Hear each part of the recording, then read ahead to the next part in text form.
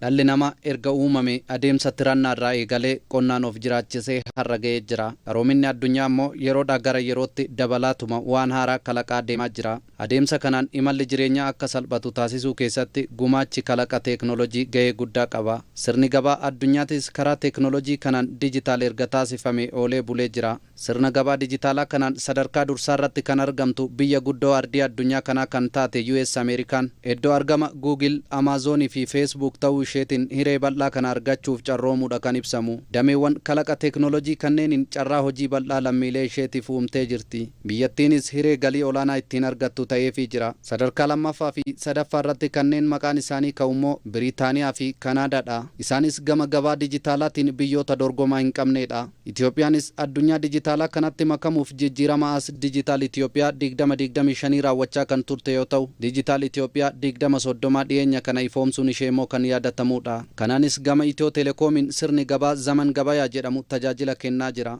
ኢትዮጵያ ውስጥ ከዚህም በፊት በተለያየ መንገድ ኢኮሜርስ ለመስራት የተሞከረበት ሂደት አለ። ኢትዮጵያ keessatti kanaan dura e-commerce yaalamee tureera. Garuu gabaa dijitaalaa Itoophiyaatti ceesisuu irratti milkaa'ina barbaadamu hin gumaachine. Biyyoonni guddatan gabaa e-commerce lammiilee isaaniitiif akkasumas biyya birootiif qaqqabsiisaniitu jiru. Biyyoota ollaa keessaa kanneen akka Keeniyaatis adeemsa gaariirra jiru. Kanaaf yaadni ijoon adeemsa gabaa biyyattii ammayyeessuudha. Daldala ammayyeessuudha, guddisuudha.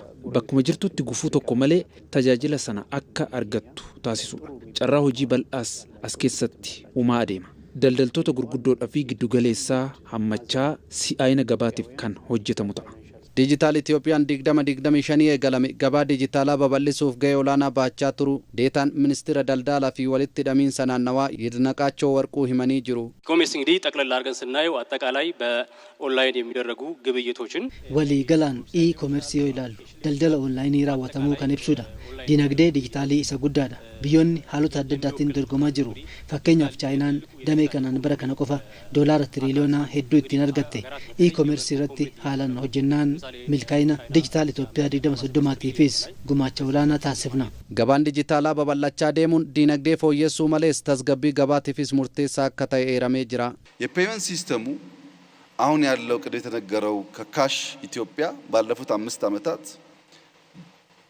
በአብዛኛው ካሽ ላይ ተንተራሰ የንግድ ስርዓታችን ወደ ዲጂታል ተቀይሯል። Sirni kaffaltii keenya waggoottan 5 darban irraa caalatti kaashii irratti kan rarra'e ture gara dijitaalatti ce'aa deemee jira. Kan oduu akka salphaatti himamuu miti. Itoophiyaan waggaa waggaadhaan maallaqa maxxansiisuudhaaf doolaara miiliyoona 100 ol baasti. Sababni isaa birriin keenya waan dafee miidhamuuf. Amma baasiin hedduun hafaa jira. Gabaan zaman bittaa fi gurgurtaa walitti fiduudhaan walxaxiinsa baay'ee hambisaa jira. Gabaan dijitaalaa Itoophiyaa akka guddatuuf bu'uuraalee misoomaa guutuu irratti xiyyeeffatamuu akka qabu himamee jira.